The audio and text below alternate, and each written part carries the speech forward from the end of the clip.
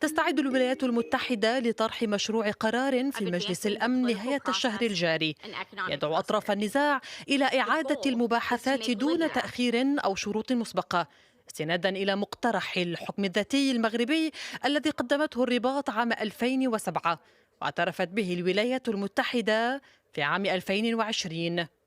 ووفقا للمسودة الأولية يتضمن المشروع تمديد مهمة بعثة الأمم المتحدة في الصحراء الغربية حتى العام المقبل في انتظار تقييم نهائي من أمينها العام. وقبل طرح المشروع أثارت تصريحات المبعوث الأمريكي للشرق الأوسط ستيف ويتكوف اهتماما واسعا بعد أن صرح في مقابلة مع قناة سي بي سي عن احتمال التوصل إلى اتفاق سلام بين المغرب والجزائر في غضون شهرين فقط.